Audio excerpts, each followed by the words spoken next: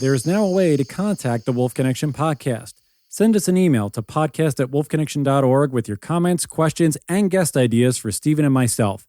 You may hear your question answered on an upcoming podcast. Thank you for your support, and howls to you all. Welcome to the Wolf Connection podcast. I'm your host, John Kalfa. Let's talk about some wolves. Joining us here today from Astoria, Oregon, she is a wildlife photojournalist, a filmmaker, and a conservationist all rolled into one. She has wonderful projects that she has started and she's working on, and her photographs are just top-notch. We welcome Morgan Heim to the Wolf Connection podcast. Morgan, it's a pleasure to finally meet you and see the person behind all those wonderful photos. How are you doing today? I'm doing great. Thanks for having me on, John. I'm excited to nerd out on wolves with you.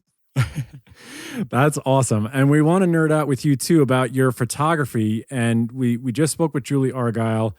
So we've had this run of photographers come on, and it's really unique to speak with all of you about your different journeys and what you look for when you go out there. So how did your photographic journey begin? Was it camera in hand at a young age, or did you roll into it at a different time?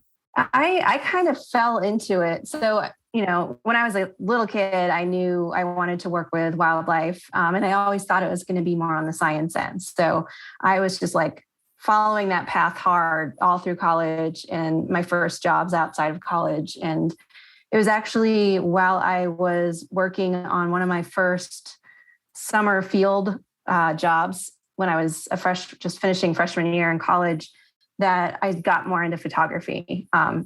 So I had a job up in Alaska where we were just like on this remote island for 9 weeks. And the only thing I took with me was a really cheap camera and a bag of film. And so when I finished my catching salmon, I was up there doing a salmon reproductive study. And when I finished that work, I would then take the camera out and go photograph the wildlife and the landscapes that were around us. And didn't know what the heck I was doing, but I got really hooked on it and didn't see the results until months after I got home, because I had to develop like a couple rolls at a time. That was all I could afford to do.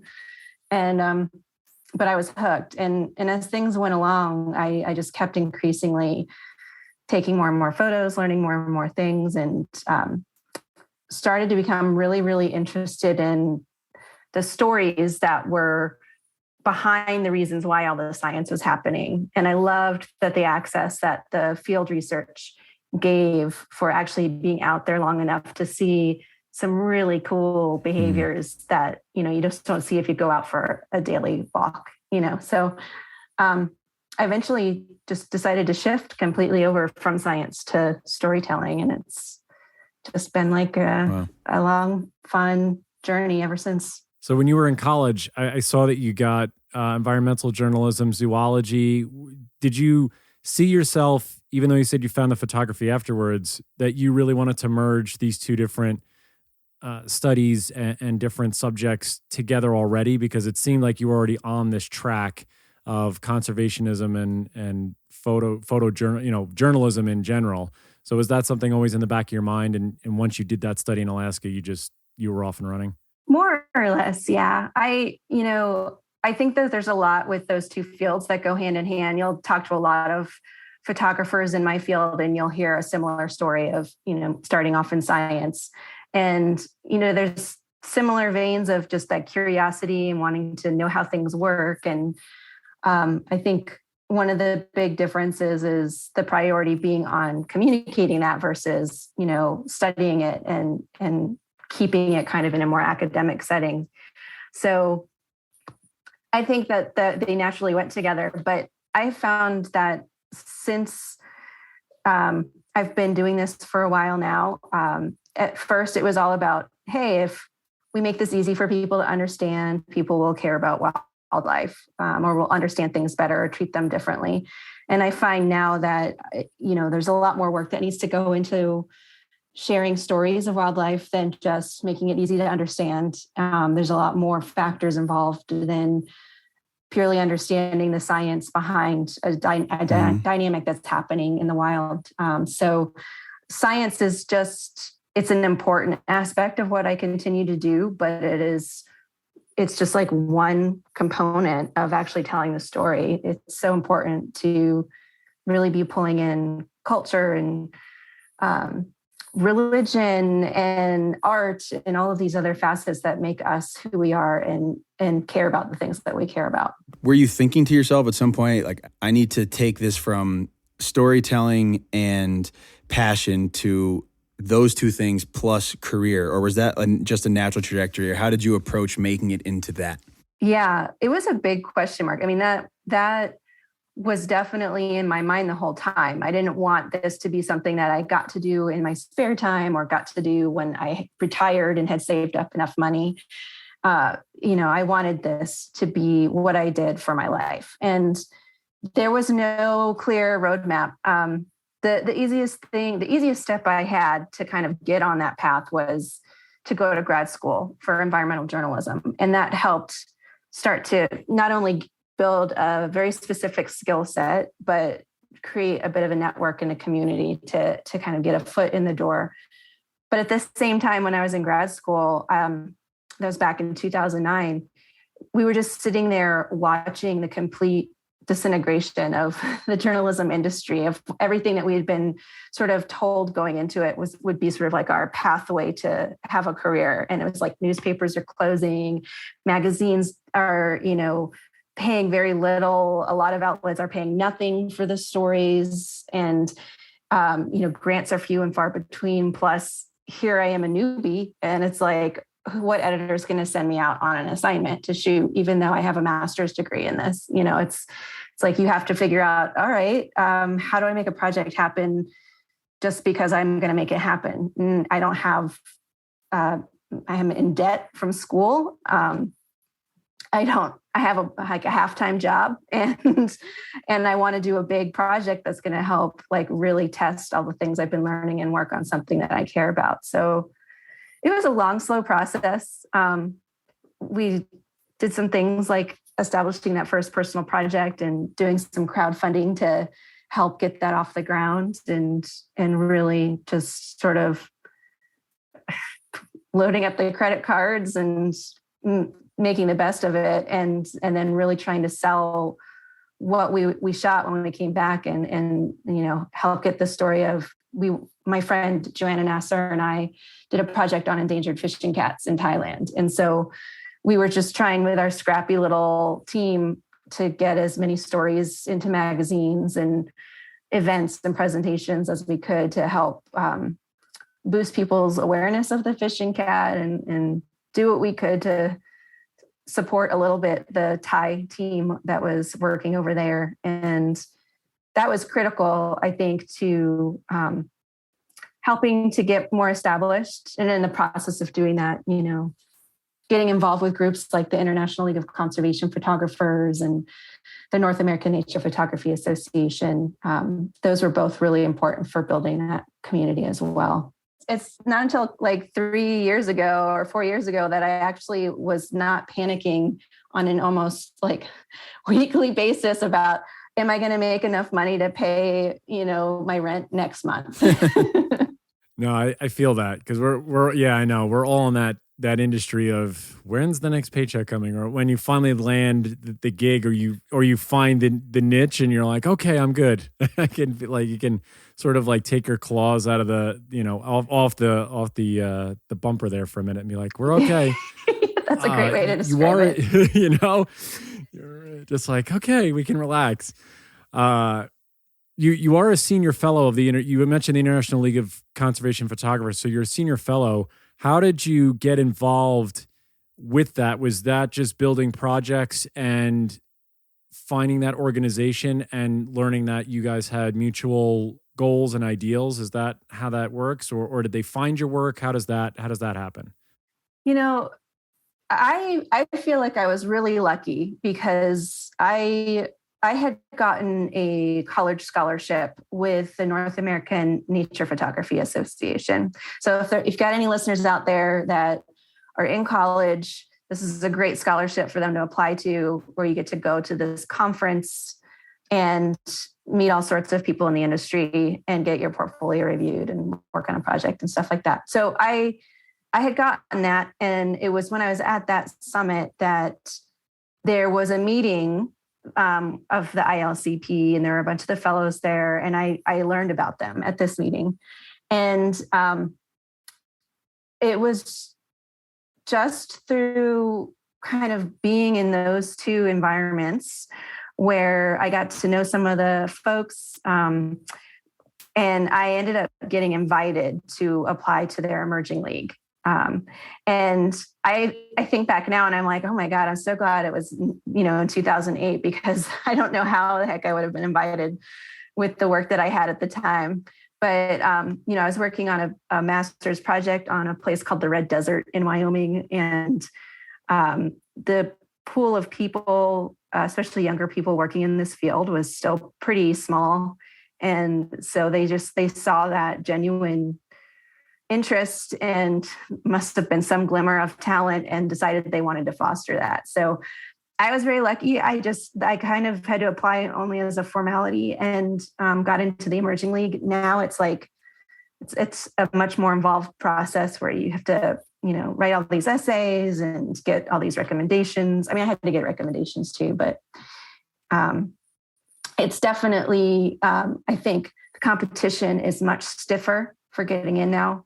And there's so many talented people that, they apply and they don't get in. And I'm always like, I've seen some of the ones I haven't gotten in. And I'm like, oh shoot, you should still be in there. But I think that it's, it just, the process evolves like that. And I've worked my way up kind of the ranks from emerging league, obviously. So every couple of years I would apply again for the next level. And I've been very fortunate to now be a senior fellow. Wow. I'm looking at your site here. There's a section on your site called Notables, and it highlights a lot of instances where you've been recognized for your skill. And are there certain ones that are especially important to you or meaningful to you? Well, I mean, so on my site, I think it's like the Viola Environment. It's now the Wildlife Photographer of the Year award, and I was commended in their conservation photojournalism category back in 2018 for a portrait of a roadkill deer that is part of a series that I've created called Last Leap Towards Flowers, where I go out and I find animals that have been killed by cars, and then I basically surround them in flowers, kind of like an old Renaissance painting, and I wait till dark and then I paint light back onto their bodies to try to give them, I wanted people to look at roadkill as to remember the beauty of the creature that was lost because of our roads, rather than to be grossed out by it. And that picture ended up being honored in Wildlife Photographer of the Year, and was projected at the World Economic Forum. And, that's a huge honor for me. I think in our kind of world, in terms of competitions, that's probably like the biggest wildlife photography competition. And so that one, it was a really special experience. And it felt like I had a chance to get that picture to have a lot more impact because of it. Actually, this is a great segue to my my next question. I know we can't speak for all photographers, and the importance of art is always subjective. But in your mind, what else, aside from art, do you feel obligated to communicate in your photographs? The reason I take pictures is to further our care for the natural world, create better relationships with it, make people want to engage. So if my photography weren't doing those things, I wouldn't pick up a camera. I'd go do something else. I'd go back to science or something like that. So that's the primary objective with my photography. And I'm still kind of evolving and learning how to execute that in the way that I think is going to be most effective. And I think sometimes different projects lend themselves to different approaches. So like that portrait series is much more kind of like editorial fine art, almost like studio photography. But then there's other Yeah, that's very projects that cool. are much more straight photojournalism, but I'm still trying to make the images um, look deep and beautiful. So, I'm working on another project now that's looking at blending portrait photography and working with a fashion photographer to reinterpret attire that scientists wear in the field when they're learning about wildlife. So, and that's going to entail these very kind of like transmedia immersive experiences once it's rolled out, for audiences, which will be a whole different permutation. So I love that creativity of trying to figure out how to take this photographic medium and then find new ways to use it to kind of surprise people about how to relate to the natural world. Wow. Yeah, that's really, really incredible.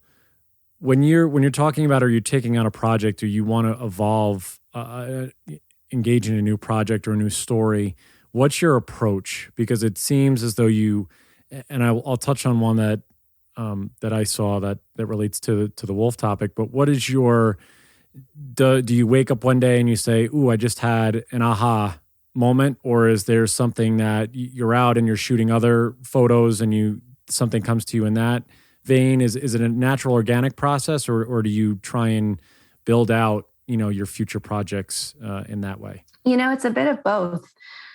I actually had kind of a crisis moment a couple years ago where sometimes there are these projects that for whatever reason you hear something and it just jumps out at you and you're like, I have to work on this. An example of that for me was the trespass marijuana project, where drug cartels are growing, industrial scale plantations on public lands, and it's having a lot of environmental impacts. And I had read a couple scientific papers because I'm a nerd and that's what I do. And I'd gotten really outraged about it. And then I was just like, if I either need to go work on this or I need to let it go, because I don't want to just be one of those people that gets outraged but doesn't do anything, So that's how that project started. It was very much sort of like instinctual and a gut feeling.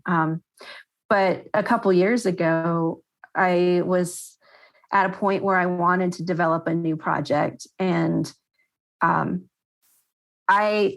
were so many different kind of subjects that I found really interesting. And I was in that mode of like, well, this is cool and that one's cool. Why would I choose this one over that one? And it just started to be, it felt almost meaningless. Like, oh, how do I choose? Because I feel like there has to be a personal reason for why you decide to embark on a big project. You're going to be putting a lot into it. And so to just arbitrarily choose didn't feel right. But there was this one species that was right where I lived. And it's something that for years I kept coming back to and thinking the questions related to it were really interesting. And so I got to shoot a story for Audubon magazine where I went to China to work on this bird called the Chinese crested tern, which is critically endangered. And the biologist that I went with was an Oregon biologist from Oregon State University. And he happened to work on this other bird that I had been interested in. And so we got to talking and it was just like, okay, I feel like this is a sign that I need to dive into this a bit more. So I've been working on a project on cormorants for the past couple of years. And it's taking me to places I never thought I would go with photography and also melding some scientific, kind of like turning the camera into a scientific tool and melding science and art that way using time lapse. And I'm having a blast with it. And it feels really right to do. And so that's a really long-winded answer of being like, sometimes it happens naturally and sometimes it takes some work, but it has to feel right inside, I think. You have to, and I don't know how to describe knowing that feeling. I think it's just something you know when you stumble across it. Yeah. It seems like it's an innate, it comes to you naturally and you go, oh, right, this is where I'm supposed to be at this specific time. Or I feel that certain times too. I totally agree with you. So the one story I wanted to touch on, at least that hits on what we typically talk about, is a man, his dog, and the golden wolves. So can you go through, because Steve and I were looking at it beforehand, and I was looking at it as I was doing some research and putting this together. So just describe, I mean, for anybody who's listening and wants to follow along, you can go to Morgan's website. If you want to follow along with us, it's morganheim.com, and it's in her stories tab. But just describe to us what was the gist of the story, and what were you trying to tell with this series of photos? Yeah. So that story was such a happy kind of accident where I was contacted by an editor at Smithsonian Magazine, and they wanted me to go shoot this story on the Lassen Wolf Pack down in Northern California. And so I don't know why I had always thought wolves were something other people got to work on, not me. But ironically, now I've also got a book about to come out about wolves and moose in Isle Royale. So I've got 2 projects now. But so I got to go down on assignment for that. And, that was one that fell into my lap. But the experience was, and the story is very interesting because, it's wolves returning to Northern California, and California is a no-kill state in terms of, they practice non-lethal control.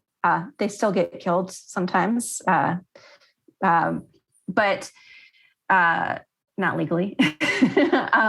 Anyways, so we go down there, and they've got some interesting conservation challenges because they're both dealing with wolves in a part of the state that relies very heavily on cattle ranching. And they are in a state that has non-lethal control. And also they don't compensate ranchers. So if for cattle loss, so it sets up a very volatile dynamic. And here you have a biologist, Kent Lawton, who's working with California Department of Fish and Wildlife, who not only is tracking the wolves and the one who's been the most successful at collaring the wolves in California, but he's basically living in these communities and really putting a lot of effort into working with the ranchers and listening to them. And then he's often living out in the woods for like a month at a time to do this. He's just like in a trailer with his dog. So it was a very, cool story to get to work on. And when I was there, some issues kind of popped up with access to some of these areas where there were some tense dynamics between some of the private landowners and CDFW. And so they revoked a lot of my access to a lot of the locations and a lot of the work going on. Like I wasn't allowed to photograph any of the capture or collaring process, which was like most of the guaranteed visuals that I might have if they were successful in catching a wolf while I was there. So the story ended up evolving in a lot of ways where I got to spend a lot of time with Kent, just sort of living his life, and a lot of time. The ranchers actually gave me a ton of access to their property. So it became, I think, a little bit more of a less scientific story and more of a personal story about what it's like to be doing this kind of work out there. And to me, that actually is more, I found that to be more interesting for this story too, like to kind of get more into the heart and soul of the matter rather than just documenting process. Mm. That's amazing how it evolved into something different for you. You go in with one thing, and then your circumstances, obviously some beyond your control. You have to really sort of pivot in the moment and make something beautiful still out of something that you might not have looked for. What was that dynamic like? You talked about some of the tensions and some of the interactions. How did you feel when you're in those situations? Because I don't know if you were, probably weren't directly in the middle, but sort of as an outsider now looking in and seeing these interactions and all these different situations coming across. what were your feelings going into it? And then as you were right in the middle of understanding the dynamics between humans and wolves in that part of California? It was very interesting.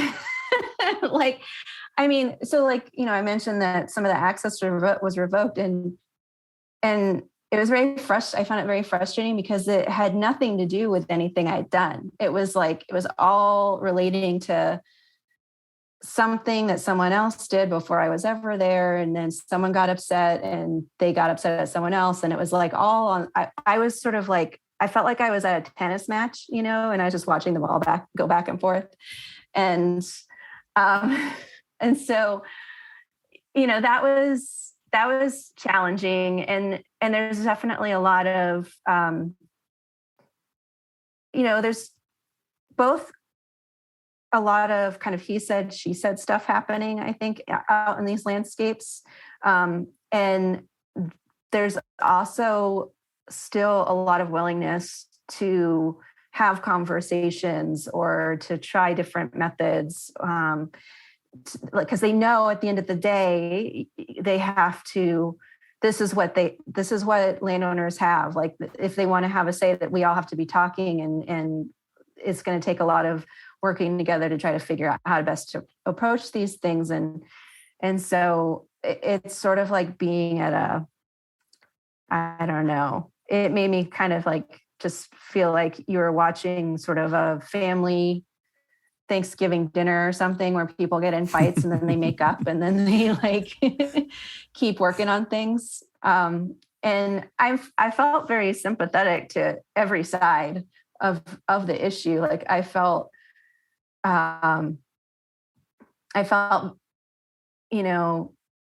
a lot of empathy for the scientists having to like explain things to, they get told, this is what's happening on our land. And then the scientists being like, well, this is what we're observing. So, it looks like this to you, but when you like pull it out into the bigger picture, this is what actually it looks like is going on.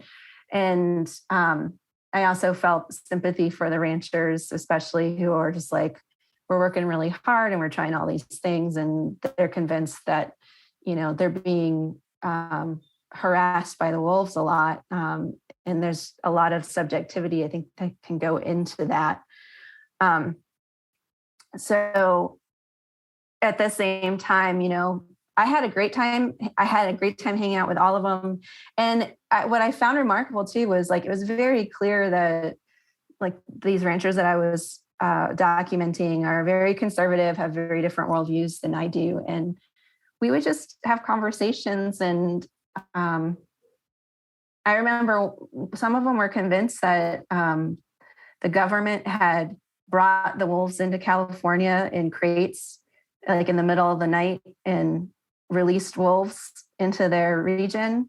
And they said that they had found like the crate left behind. And I was like, do you think that if they went through all that trouble crossing, like being covert, that they would have then just left the crate out there for you to find? And they're like, well, I guess I can see that point. So that was kind of like interesting to have those conversations. But at no point was I telling them like they were wrong for feeling the way they felt. I think that was really important, was to just say, like, I can't imagine how frustrating it is to have, your life's passion out here and feel like you're out of control with how you can handle it. So I could understand how that's really frustrating for you. And a lot of them, they don't blame the wolves for that. They say the wolves are just being wolves. So it's definitely, it was probably one of the most challenging kind of social dynamics I've ever experienced while photographing a story. And, but everyone came out like, I don't know, I feel like everyone came out looking human, which is, I think, important with these kinds of things. Yeah, I'm looking at these photos. They're so amazing. So in a story like this, it seems by the title that the main characters are this man and his dog. What part of their story were you trying to tell, or are they kind of the vehicle for us to hear the wolves' story? Or how did you feel about the two of them? What was important to tell about them? For me, what was important to show about them was giving this sense of dedication to the effort. And, Kent's been doing this for a long time. He's probably one of the leading experts on wolf conservation and science in the country. And he's just kind of like this, he burns the candle at both ends. He works these really long days, but he is extremely loyal to his dog, and his dog is loyal to him. And, he just puts his all into it. And so there is this kind of, I don't know. He's just someone who really dedicates every bit of energy he has to trying to understand this and help other people understand it. And he's also very pragmatic about it, which I really liked. So it's all about fixing problems and understanding issues and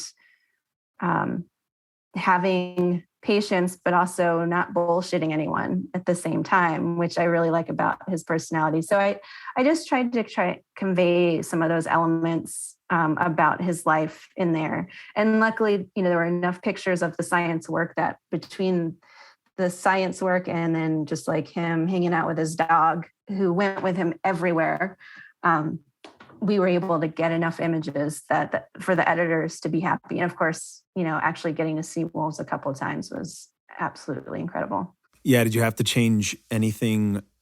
I mean, even in terms of your gear, what had to change for you to capture pictures of wolves? Was it any different than anything else you've done? I mean, the photographers we've talked to, just the unanimous issue is that they're just so far away. Did you find that to be true, and how did you have to adjust for that? Yeah, they were definitely far away. So I attempted some camera trapping, just one camera trap, in a couple different locations while I was out there. And I had some near encounters with wolves, but I didn't end up getting any on the camera trap. So that would have been the dream. I got coyote and I got a black bear that just went to town on a cow carcass night after night.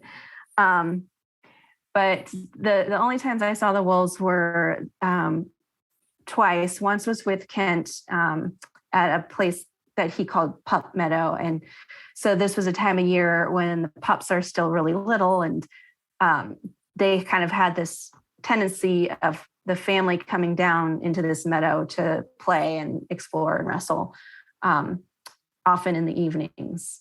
And so we went out there several times, and we saw them once. And that was totally by accident. And so we had to army crawl up to them as close as we could get, basically.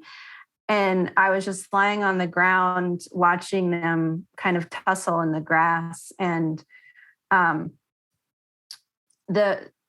it was still, I couldn't get any I was using a 600 lens with a 1.4 teleconverter on it.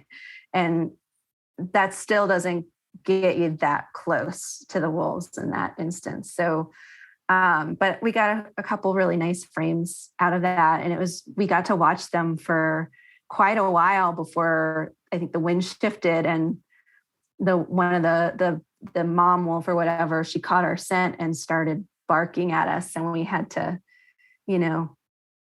hike our way back out while she's barking at us. But, it was very, very cool because for 20 minutes, they had no idea that we were there. And we just saw them being completely just no barriers over their behavior or anything. And we saw a lot of that family dynamic coming out, which was awesome. The other time I saw them I was really proud of myself because I found them. Kent gave me a GPS location of where the wolves had been several hours before. And then I took a guess based on their behavior previously of what they might be doing. And I ended up finding them all by myself one morning as they were traversing a meadow.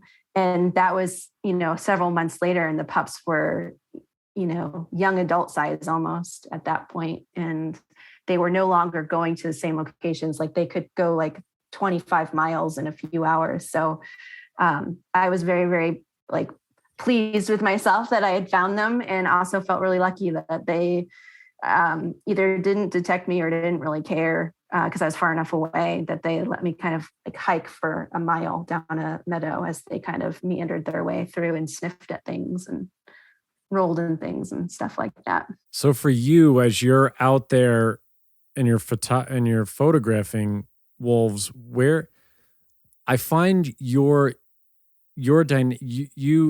feel like you have these two dynamics, because you have this, for your own words, you have this nerdy intellectual side where you're reading up on everything, and then you have this wonderful creative artistic side. So when you're photographing an animal like this, how are you able to balance the both of those portions of your brain to get this thing out that you want to get out, especially when it's from a longer distance away than, say, if you were maybe photographing ungulates or things of that nature? Yeah. You always have pictures in your mind of what you want to get, right? And then reality is like, well, hello, this is what's going to happen instead. And then you're trying to make the best of it. So, I was really lucky with that first encounter in Pup Meadow, where the wolves were out and it was like going into golden hours. So the light was really pretty. I was fighting against those really tall grasses, which would hide a lot of the pup. So I'd have to just like lie there and wait for a head to pop up.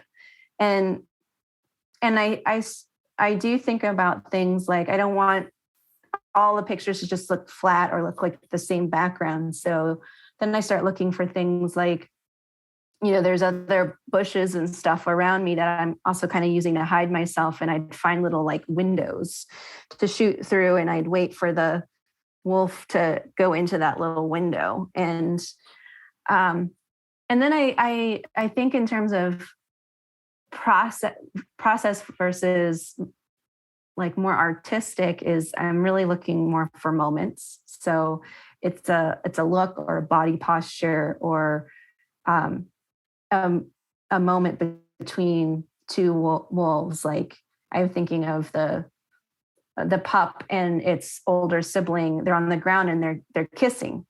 And so that to me is like, it's more than just, wolves doing something. It's actually like a familial bonding moment. And I'm not looking just for like the kiss. I'm looking for like both their noses being at a certain angle, at a certain distance, or the ears a certain way. So while I might have all those other photos, that's the one I end up picking out of the edit, because it has a little bit more of a feeling to it than the other ones do. And so when you're was this the pinnacle of your wolf photography experience? Have you been to other places? Have you gone to Yellowstone? Have you been in Idaho or Montana or in Canada at any point? And you had spoken about your book, which will obviously I want to promote as well, for the Isle Royale wolves. What makes each of those experiences, if there are many, unique in their own way? Because it is the same species, but in a different setting. Yeah. Well, I think so. I haven't gotten to shoot wolves anywhere else. I've seen a couple wolves, but never gotten to photograph them. So even for the wolf book, so you're going to be like, how did you do a book on wolves and moose and you didn't photograph wolves for it? So the wolf pictures in the book are not by me, but most of the other ones are. Anyway, but what I have heard though, is that, I think there's some places in Yellowstone where you can go and it's not that hard to find the wolves. And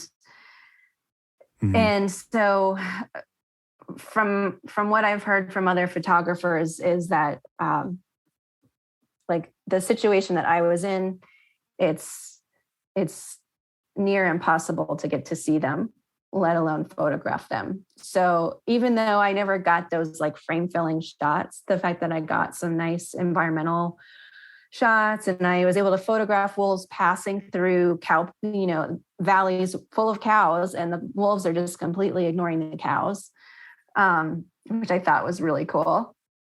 And the cows were pretty much ignoring the wolves too, which I also thought was cool. I was really proud of myself. So I think it was really hard. It took tracking skills. It took luck. It took help from, the biologist who taught me a lot and also gave me some GPS coordinates to help get me started off in the right area.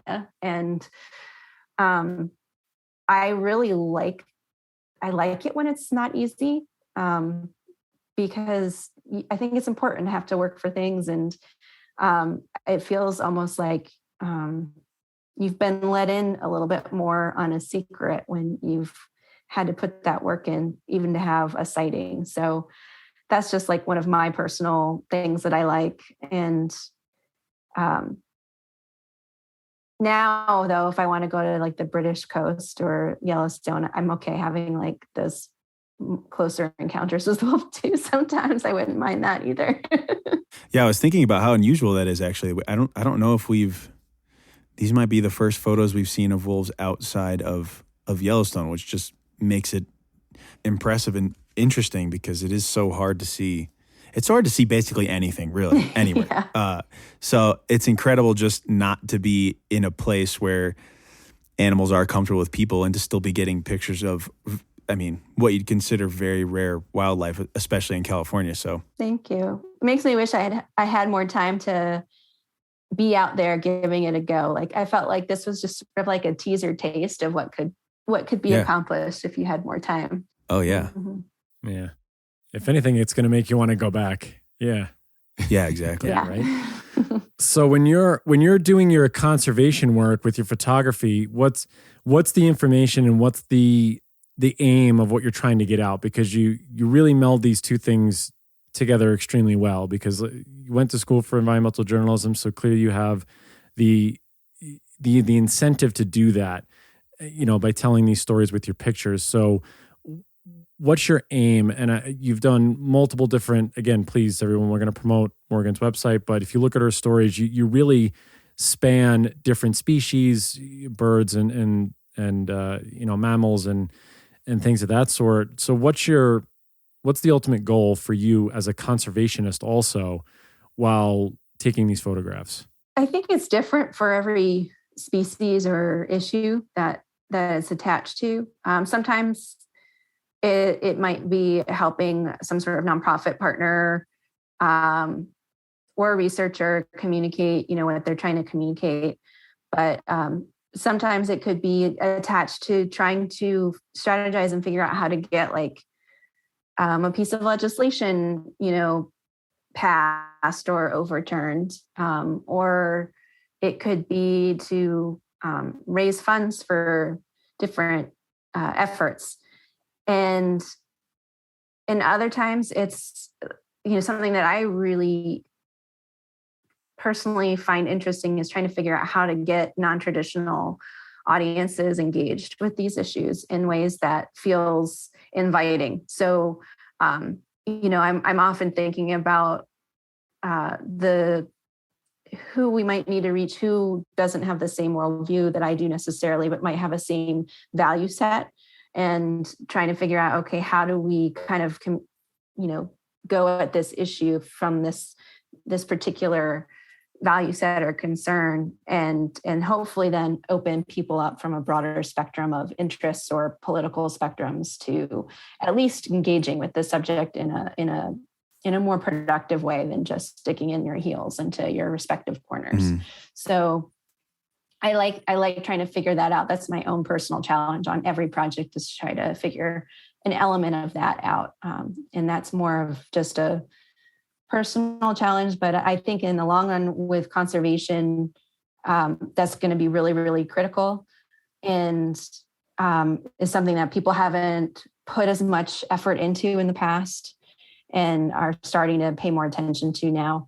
And I do think that I used to think that awareness was sort of a cop out with conservation storytelling. But quite frankly, at the end of the day, if you don't have awareness, you've just cut yourself off at the knees. Like, you can't go to the next steps if you haven't created that groundswell of interest and support or curiosity, about the subject matter. So I think that that's one of our big roles with the storytelling, is to make this feel present and accessible to all sorts of people, regardless of your background. No, I agree 100%. And I love that and again, all the photographers we've spoken to have this ethical boundary too, which I love from all photographers and all these, wolf watchers and wildlife watchers, is that there is this, they understand most of the time this barrier between crossing the line and invading that space and letting the wild be wild. And I think what you're trying to do to invite everyone into that space, even from a distance, is a good thing. And I think a lot of, so I love the work that you're doing with that. So I agree 100%. I want to touch on the Neon Raven Story Lab and the Her Wild Vision Initiative, which I believe you founded the first and you co-founded the second. Just briefly touch on, are those partially, I know Her Wild Vision Initiative is for women in photography, I think specifically, and giving people an avenue there. But just go in briefly what those two do or what they promote, and are they in the conservation realm as well?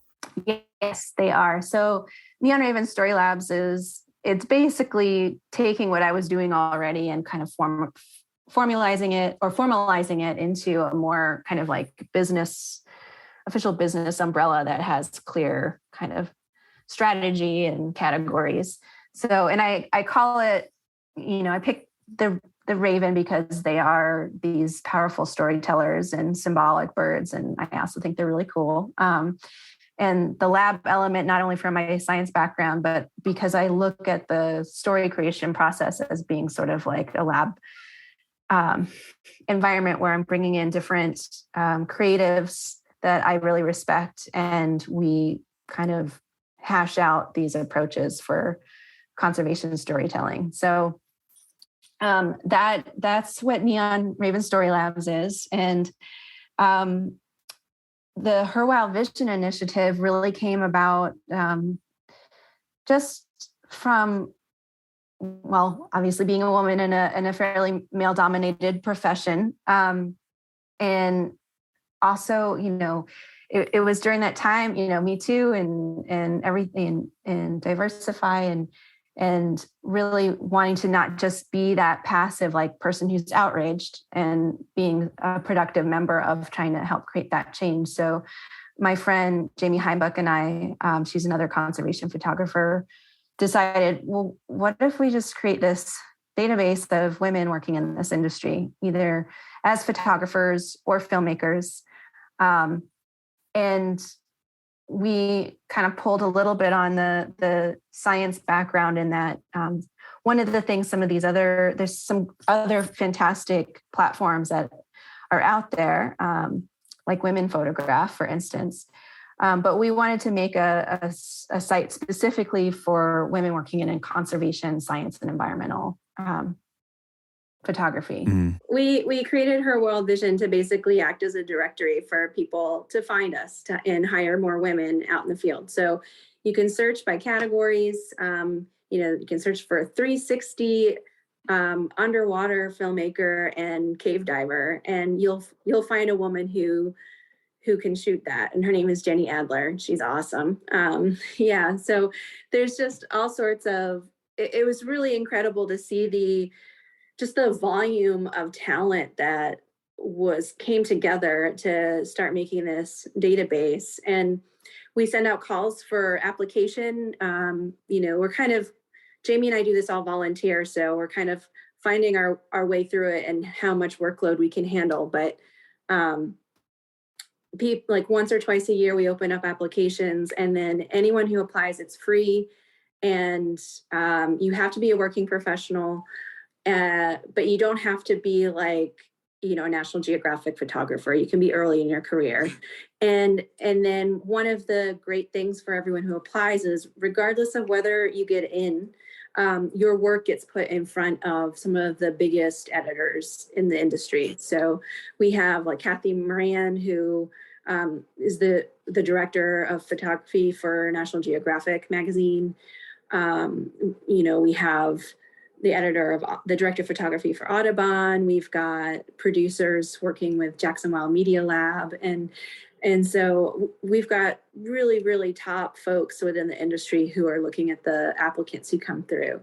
And then we just try to do things like, there's some opportunities that come up that are made available to our members, like discounts on festival entries, or we're working on some fellowships and working with Red Digital Cinema to kind of work on some programs for the Her Wild Vision membership. So it's just a great way to I think, make us feel seen. And I think at the same time, make it feel easy for the people trying to hire more diverse photographers to find that diversity. That's a great initiative. That is very, very awesome. Both of those things are fantastic. So we're going to promote, I have my final question for you, and then I want to promote your website and the book and everything else and where they can go to see all these things. Is, Morgan, when you hear the word wolf, what is the thing that comes to your mind? Deepness. To me, wolves are this deep, ancient presence in the forests that has been lost for a long time and is starting to come back again. And it's this kind of like, everyone who encounters a wolf or hears a wolf, just hearing that howl, like there's no sound that penetrates as deeply into your soul as a wolf howl in the forest. And there always seems like there's so much context behind those sounds, and the whole forest, responds to it. So that's what I think of when I think of wolves. It's beautiful. It's beautiful. Please tell everybody, Morgan, your website where they can check out all your photos and your stories. If it's separate, to find out about Neon Raven Story Labs, Her Wild Vision, and the book that you told us about that you're promoting as well. Sure. Well, you can see some of my work on neonravenlab.com. You can see a lot more of my photography, including those wolf pictures, on my personal website, morganheim.com. And Heim is spelled Heim. And or on my Instagram at Moheim. Cool. And then when is the book, The IO Royale? Tell us the title and when that's going to be available to purchase. Yeah, I believe so. It's a Scientists at Work book by Houghton Mifflin Publishing, and it's called Wolves and Moose, and it'll be coming out, I believe, in August of 2022.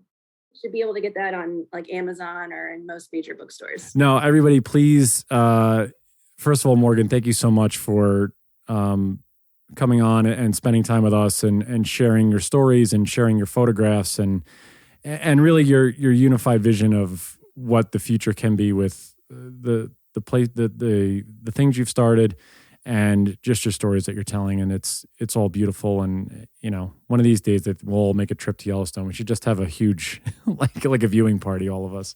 Yeah. Get all these people who haven't been there yet. That'd be great. That sounds. Yeah, I know.